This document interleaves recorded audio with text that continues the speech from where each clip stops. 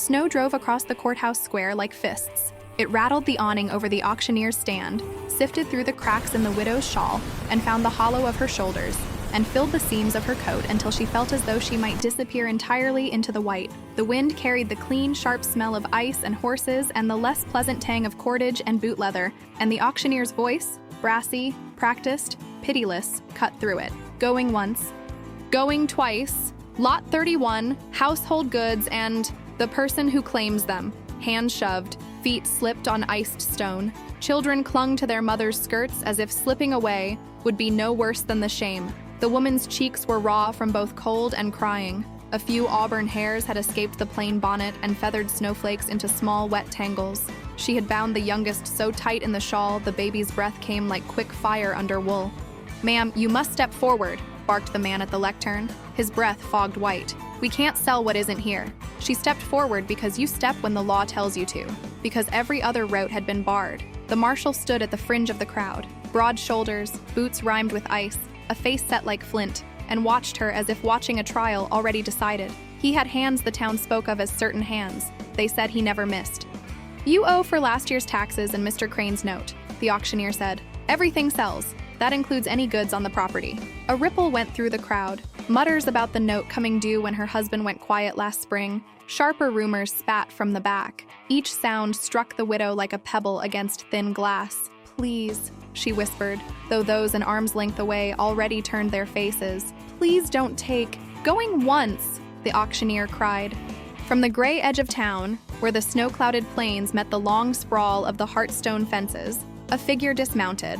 The horse shook its mane, sending diamonds of sleet outward. The rider pulled his hat down against the storm and climbed the steps to the auction, as if he were stepping into a place more dangerous for its pity than its anger. The crowd eased around him. Men made a small, involuntary gap.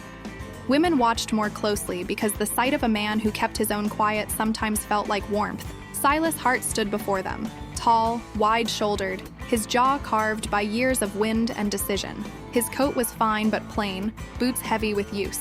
His hands carried the smell of saddle oil and handfuls of hay. A pale scar curled under his eye like an old constellation. He wore solitude like a second shirt. He had come in silence and read the scene with the same steady calm he used to read the land. He watched the widow as much as he heard the auctioneer, noticed the way she held her children, the white-knuckled clutch on the baby's hair, the blue ribbon faded with washings tied around her wrist like a private promise. He felt something tighten in his chest, not pity so much as the reflex of a man who could not let a small cruelty become a ruin. He raised a single hand, going twice. The auctioneer's eyes dropped from Silas's coat to his face. "Sold to Mr. Hart." A ripple of sound, disbelief, a derisive laugh, a hiss from the marshal. The widow's breath stopped by reflex. The baby hiccuped. The eldest child blinked as if someone had spoken aloud the impossible. Silas stepped forward, his voice low and steady. "You'll not bring children into the street tonight." The marshal's eyes darkened like storm water. "That's not your business, Hart. Legal debts are legal debts." "If you touch them," Silas said, "you'll answer to me." The marshal smiled without humor. "You think you can buy a runaway debt clean out from under the law?" Silas looked at the widow. "She's to Hearthstone. I'll sort this with Mr. Crane in the morning." "You can't." The marshal stopped, his hand brushing his holster like a warning. He knew the town's rules and how hard men of power could press those without. "You'll be making it harder on yourself." The widow swallowed. "Please, don't let them take my boy." Silas felt an old ache, folded and stored away in the careful places of his life, an ache that had once been a man's entire world. He moved then not for glory, but because small cruelties, unattended, multiply into ruin. He lifted his hat to her and offered it like an apology. "Come to Hearthstone. There's a stove that will not go out, and hay inside the barn." Would she trust a stranger? Could he trust taking them? The marshal's hand flexed at his side, the promise of trouble yet to come. Snow kept falling. The town's voices thinned, and the auctioneer's gavel closed their world into a small circle of cold light and breath. She threaded through the press of bodies, the children clinging at her skirts, following the steady figure toward a mount whose breath steamed into the air. The baby clutched at her hair. The eldest, thin with his father's mouth, looked up at Silas as if measuring him, and his eyes found that the man was not lacking. "Thank you," she said when his saddle leather rasped like a promise. Silas only nodded, eyes already on Gideon Pike, the marshal. He'd seen that man's certainty in the way someone can never be unsure. Pike had, people whispered, been involved in her husband's death. Some said it was a lawful scuffle, a claim she understood like a sliver of laughter in the dark. The law had teeth and often swallowed those without strength to bite back. They rode toward Hearthstone with the wind like a drum, and the horses' breath steaming in white ribbons. The ranch lay like a blockhouse against the prairie, stone chimneys cold, low roofs heavy with snow, fences disappearing into the white. Inside the barn, horses stamped and exhaled horse-sweet steam. The cabin's windows glowed a warm, stubborn yellow. When Silas lifted the latch and the door swung under his elbow, the widow stepped into a different kind of urgency. The smell of coffee and bacon, wood smoke that had the memory of summers, the steady heat of a stove that remembered both winters and harvests. Another child's laugh floated from the corner like a reassurance. For a moment, the wind outside could have been anyone's grief. Inside, there was work to do and little mercies to be handed out. She unwrapped her shawl and, under its folds, fingered a small round object on a cord. The watch, tarnished with the faint engraving, TL to M, 1878. She traced the letters until they blurred. It was Thomas's watch, the thing she kept nearest to her skin and wrapped in oilcloth at night. It had been the only thing not taken. "You must be tired," Silas said, handing her a bowl of broth so hot the steam fogged his beard and warmed her face. His hands were large and careful. He set the bowl between her palms with the kind of gentleness that had been taught by years of lifting frightened things. "There's a room off the kitchen, you'll have blankets." "Thank you." Her voice was small, and it fit the house in the way a small chair fits the table. While the children ate, soup steaming, spoons clinking, Martha sat by the stove and hummed a lullaby her mother had taught her. It was an old tune, lonely and sure, and the rhythm made the baby's lids droop. Her fingers smoothed the blue ribbon until the thread frayed. Outside, winter tapped at the shingles in a steady low hand. Inside, the hush curved towards something generous and guarded. Silas watched her more than he spoke. He noticed a freckle near her left temple when the lamplight struck. He noticed the way she set the bowls down like a lifeline. He watched how she lifted the baby with the practiced, careful motion of someone who had learned how to hold what was fragile without breaking it. She had been worn thin by small cruelties that chip away at a person's edges. The town had crawled into her pockets and picked clean her small dignities. Yet, under the heavy beams at Hearthstone, she moved with a quiet dignity that did not seek pity. Would she be safe at Hearthstone while Pike circled like a wolf? Could Silas stand to have his quiet life upended by a grief he might not be able to mend? That night, after the children lay on mattresses by the stove, breath slowed and soft, Silas sat at the window. The prairie beyond was knife-bright and folded into itself. He thought of the last time he'd been ruined by silence. His wife had been taken by fever 3 winters back. Her letters, slanted, hopeful, had once been tucked into his saddle. The memory of her laugh and of seed-saving and Dawnchild's laughter had kept him going until the sun followed and left the barn an echo of his family's absence. He had learned to keep his hands busy and his heart small. It had been a kind of survival. He had ridden into town that day because the widow's thin shape and her children's small faces had stirred something in him he did not name. Watching the auction, he'd felt a pull in his chest. His choice to bring them home had not been pity. It had been the measure of a man who could not watch a small injustice and look away. There were costs. Hearthstone's wealth made his choices heavy in the town's sight. He risked talk, the loss of acquaintances who held charity for a useless softness, and the slow unraveling of the life that had been a steady lamp. The question sat in him like a coal, hot and present. Morning came with a fine underrunning mist, and the clink and scrape of habit. Silas was up before light, boots creaking on the floorboards, and he moved with the sure hands of a man who kept a house's rhythms. He put on a kettle, split wood until the stove took a good fire, and made porridge that smelled like oats and warm molasses. The children padded in barefoot and sock, faces bright enough to outshine the cold. He dished out more plates than his household had demanded for years without question. "I'll hire a woman from town to help with the washing," he said, fingering a spoon. "We'll get wood enough. You can rest." "You shouldn't have," Martha began and stopped, pressed by the memory of the auctioneer's hammer and Pike's smile. "People will talk. They'll always talk if you let them," Silas said, and for a brief, soft moment his voice carried a memory of his first wife humming the same phrase in their kitchen years ago. "Get the children dressed, I'll take you into town. The banker can say what he likes. We'll answer in coin and in truth." Her fingers tightened around the spoon as if holding the world between them.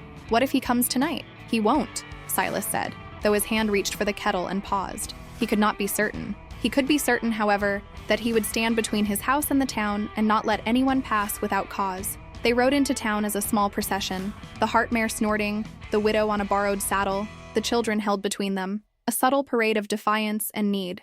Townsfolk were about their errands. The church bell clanged with a voice that tried not to sound like judgment. They reached Augustus Crane's bank house, which leaned a hard jaw toward the street. The banker greeted them with the citrus and oil smell of his office and the cool, untroubled air of a man who traded in other people's fear. "You did not have to buy the lot, Mr. Hart," Crane said, hands folded, the paper crisp beneath his finger. "It was settled properly." "She owes nothing," Silas said. "You took a man in a black coat and called him judge. Tell me what exactly the charge was." The banker's jaw tightened a hair. "You're stepping where you shouldn't. The county has laws. So does decency," Martha said, voice harder now, shaped by hunger and need into steel. "My husband owed a note because he took in a man who'd broken his jaw to save a neighbor's cattle. He worked until the fever took him and left us only a little ground. I sold what I could to keep food on the table. You could have settled. You sold his blankets. You sold his bed."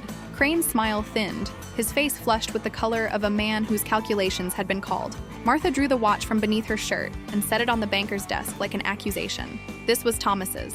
He set the time for harvests. You took it." Crane stared, the color slipping from his face. "That's not how banking works," he said. "It is how property works," Silas answered. "Return the watch or clear the debt by other means." Crane's fingers tightened. "Mr. Hart, you are a man of means. You are welcome to settle in the ledger." "You mean pay off what you took to make a profit," Martha said, voice steady, the small cruelties having sharpened her into a blade. The parlor hushed. The other clients shifted like small birds under a hawk's wing. "Pay it," Crane said flatly, making a private calculation. "Clear the sum and the matter will be done. Or of course we can proceed legally." "You'll proceed legally and take a woman with 3 children to court in the winter?" Martha asked. "What kind of law is that?" "Cold comfort," Crane said. "We are men of order." Silas folded his arms against both insult and cold. "Name a price." Crane named a sum like a gauntlet and slid a ledger forward. The pencil scratched across the page like a small knife. "Write it off," he said at last. "Consider it an odd debt to a man like you." Silas's knuckles whitened on the pen as he signed. A simple stroke that bought more than goods. It bought time and dignity. The banker tried his smile again but found it thin. For the first time since the hammer fell, Martha's shoulders sank with a weight that read like relief. Were words and money enough to satisfy the marshal? Or would Gideon Pike use law the way a club to silence a memory that had made his name uneasy? From the shaded doorway of the saloon, Pike watched, mouth a hard line. He had been told in whispers that Hart meddled. He came to Hearthstone later that day with the air of a man meaning casualness, by the side gate with gloves heavy and stare heavier. Silas met him on the porch, Martha standing just behind like a quiet human shield. "Why are you here?" Silas asked. The question was small but landed like a stone. Pike glanced at Martha and the children, at the small watch, at the bright fire. "You purchased property under the law," he said. "You made the county's business yours. And you killed a man under the law," Silas answered, not goading but stating. Wind moved through the porch rafters and the 2 men listened to it. Pike's jaw tightened. "You have no proof. You have no right to besmirch a marshal who keeps the county from chaos." "He kept something else," Silas said softly. "A truth. You'll make an enemy in the law," Pike warned. The old muscle of anger rose in Silas with a slow tide. He rode past his wife's grave some evenings and sometimes spoke to the dark marker. He had preferred settlement to quarrel, labor to headlines, but he could not let a man whose hands bore another man's end go unchallenged. If law bent to the weight of the powerful, it was not law at all. "You threatened a woman and her children," he said. "Make a bet, Pike. See which of us keeps our hands cleaner." They read one another like men who could feel weather in the knuckle of wind. Pike's face darkened to storm. "You bought trouble," he said. "Trouble finds those who shelter it. Then we'll shelter it together," Silas replied. For a while, winter became small, steady acts that stitched a family into being. Martha Larkin, the name she still answered in the long, quiet hours, pulled order into the house. She hung ration sheets until they crackled dry in the low sunlight. She taught the children to wash bowls without wasting soap, to feed the chickens with careful handfuls, and to mend seams with the focused patience of someone who knew that a well-stitched shirt might mean the difference between comfort and exposure. The children took to the barn like roots to soil. Ben, eldest, learned to muck a stall with slow, proud devotion. May, the toddler, made mischief of stealing corn, a constant bright-eyed trickster. Martha's hands moved with the economy of those counted out of help and who, by necessity, discovered craft and grace. Silas watched all of it with a quiet that read as aloofness to men who did not look closely.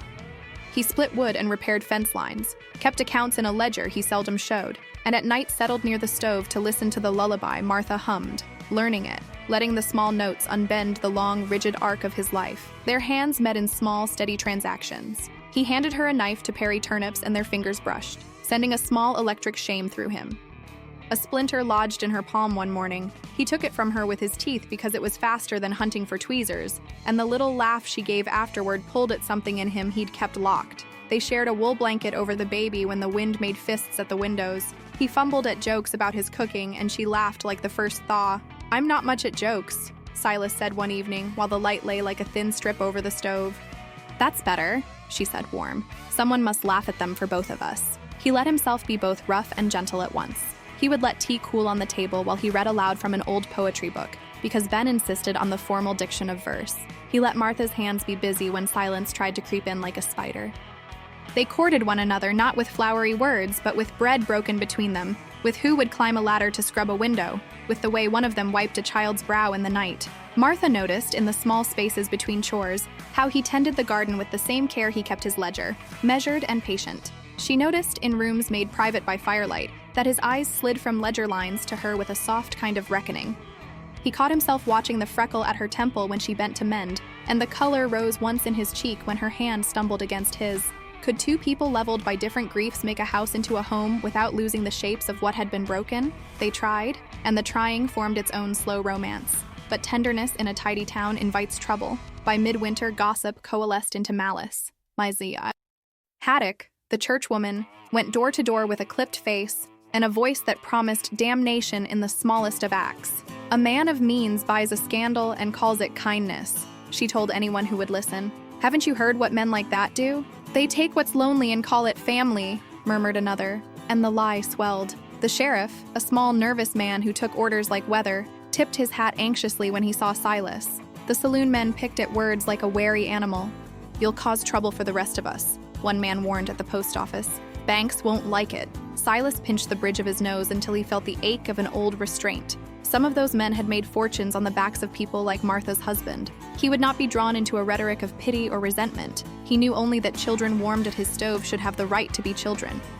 "You've lived long enough to know the world is not fair," he told Martha when talk reached their threshold. "We make right where we can." She looked at him with a trust earned in inches. "It's not fair to be told you ought to be grateful for a plate of food as if gratitude erases injustice." "Then we'll give you plates and a place from which to argue," he said, and the small smile that touched his mouth warmed him as much as any stove. February narrowed the world and Pike's patience dwindled. He came one afternoon with a paper in his hand and men behind him who smelled of whiskey and certainty. "You're harboring a woman who is a material witness," he said, laying the paper on Silas's rough-hewn table. "Mrs. Larkin is required to appear in court regarding the death of Thomas Larkin. There are statements to be made and accounts to reconcile." Martha froze into a small country behind her eyes, that moment when the past rushes back into the now like sharp cold.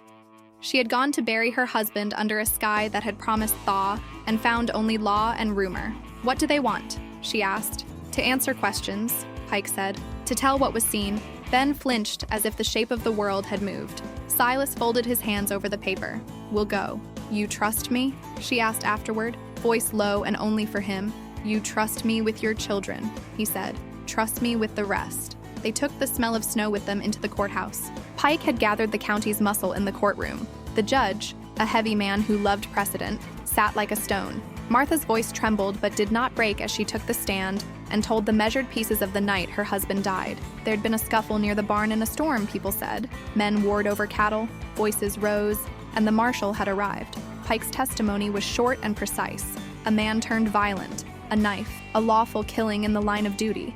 Martha did not contradict the law so much as the telling. "My husband never carried a knife," she said. "He had no need. He carried a watch so he could call the men who would help in a storm. He would have given them the last bit of bread."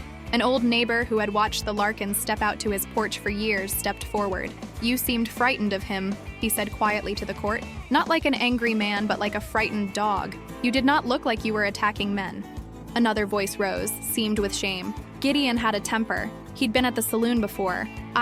And the man's words dried up as if someone had pressed fingers to his mouth. Across the courtroom, Crane watched, hands folded around a handkerchief. Silas sat in the back and felt the slow ratcheting of justice and rumor like a millstone turning grain. The young prosecutor, raw and precise, moved to let the case go forward, and the judge hesitated.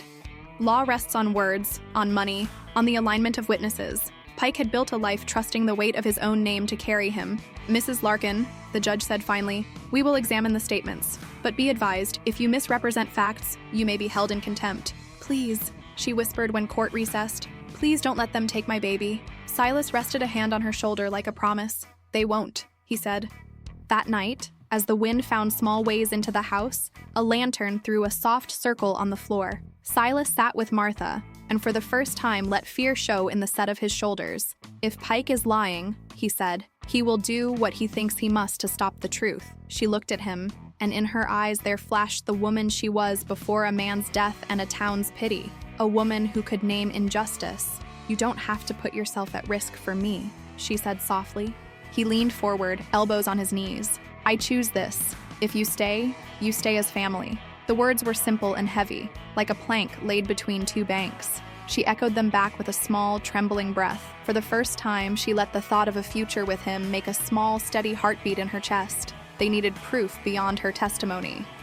In a trunk wrapped in a kerchief lay Thomas's ledger, a practical man's clear hand, noting debts, names, and one parenthetical line that hinted at favors passed between Gideon Pike and Augustus Crane. Thomas had scrawled it down on a morning he'd been angry and clear-eyed. They made plans. Silas would ride the outlying homesteads, coax witnesses, gather what courage they could. Pike had his ways of gathering men, loyalty and fear both, and that made a plan precarious. On the night they intended to bring forward a witness, the marshal's men moved like a shadow at the back of the barn. A cry rose as the ledger was discovered missing from the trunk, and within the breath of it, men came for Martha under the pretense of interfering with an investigation. Silas heard the commotion before the moon had fully risen. He ran to the barn, caught a bridle, and leapt a horse like a man who felt his skin itself was at stake. The world outside became hard and bright with cold. The hoofbeats sounded hollow and urgent. He followed men's voices across the yard. "Get out!" he bellowed, making himself a wall between those men and the woman and children. "You will not take them!" Gideon Pike stepped forward, hand on the butt of his pistol. "You defy the law, Hart. Step aside." Silas's hand brushed the weapon at his hip, a tool he kept for the worst of times.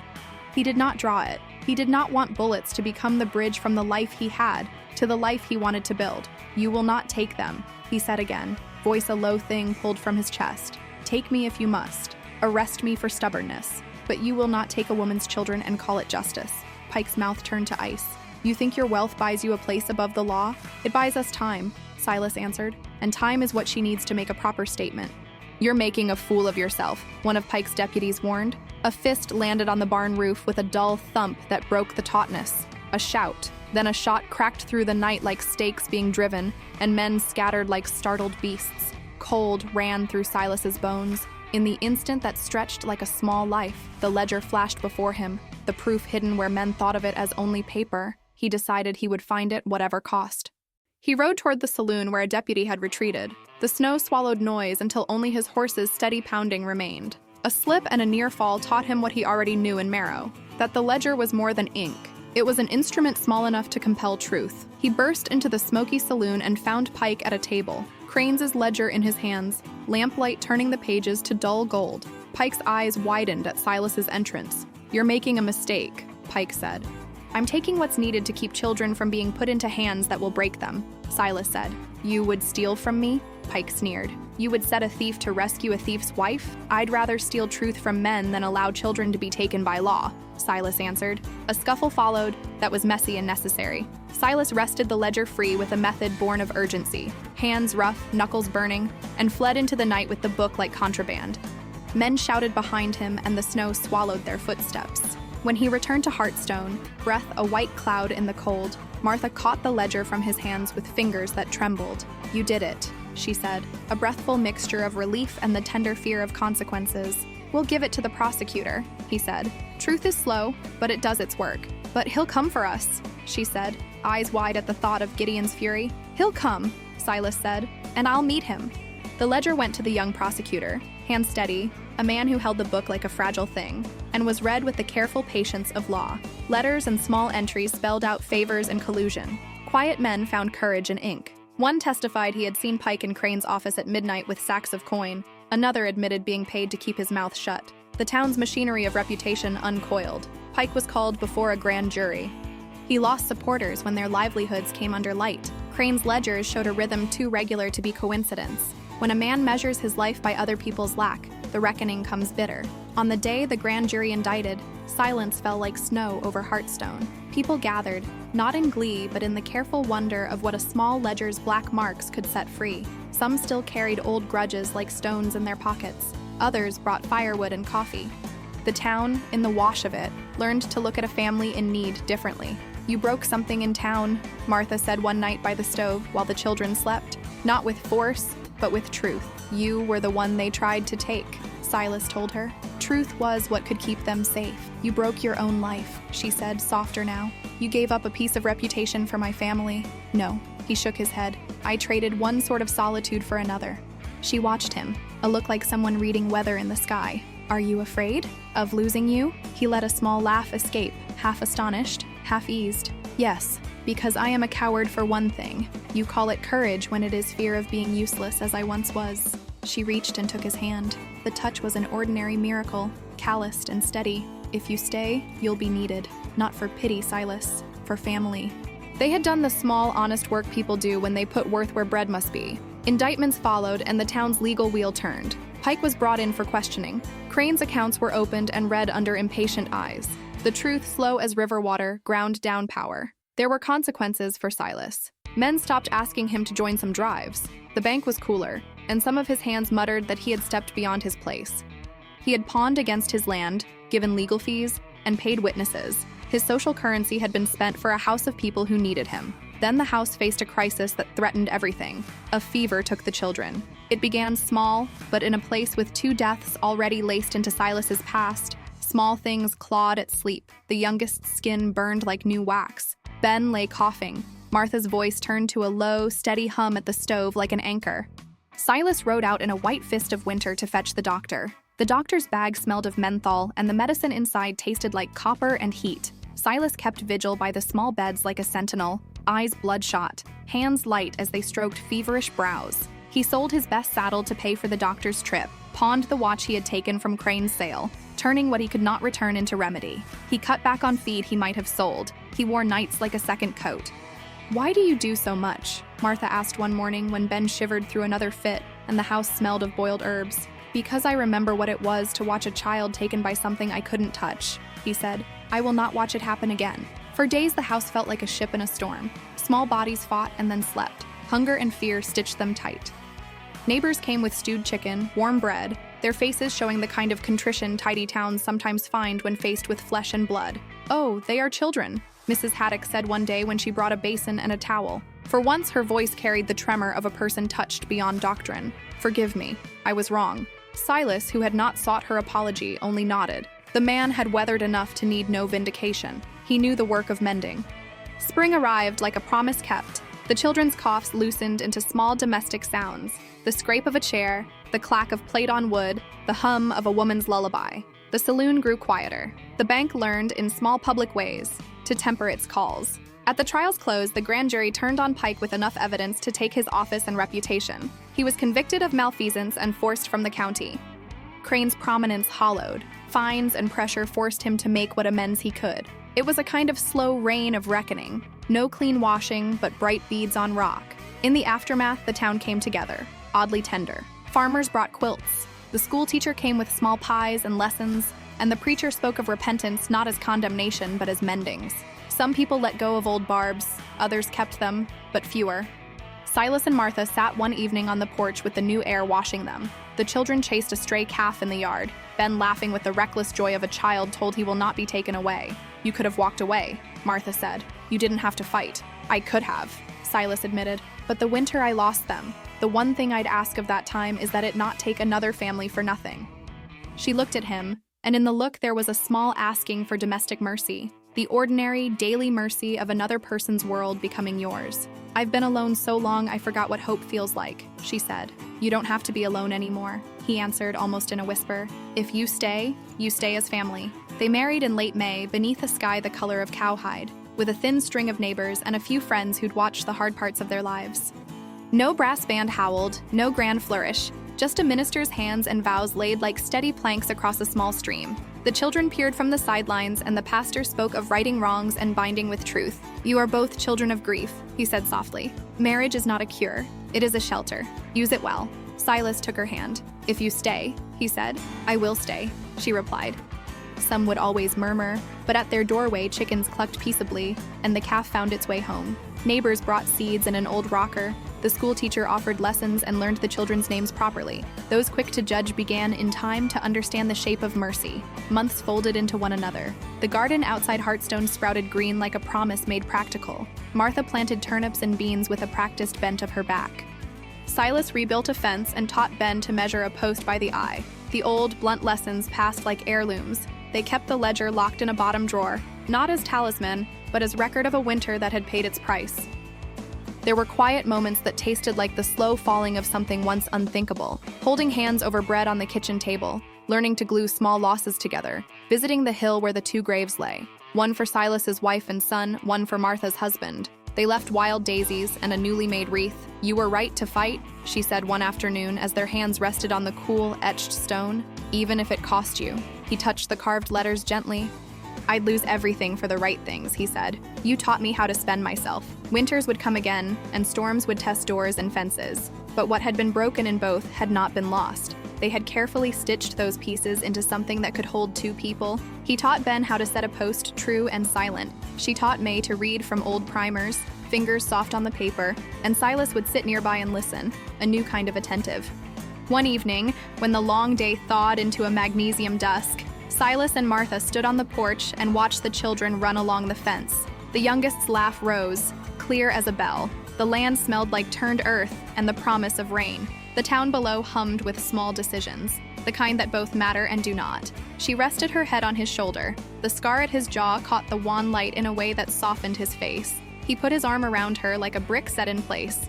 The farm had a new board on the south barn and a repaired gate. Inside, the stove hummed the easy heat of a house that had learned to be generous without boasting. "Some winters break you," he said, voice like old wood. "Some winters remake you." She looked up at him, alive with grief and courage, and a laugh that had been learned again. "We found a way to keep each other," she said. "We learned to bargain with the world, and sometimes we won."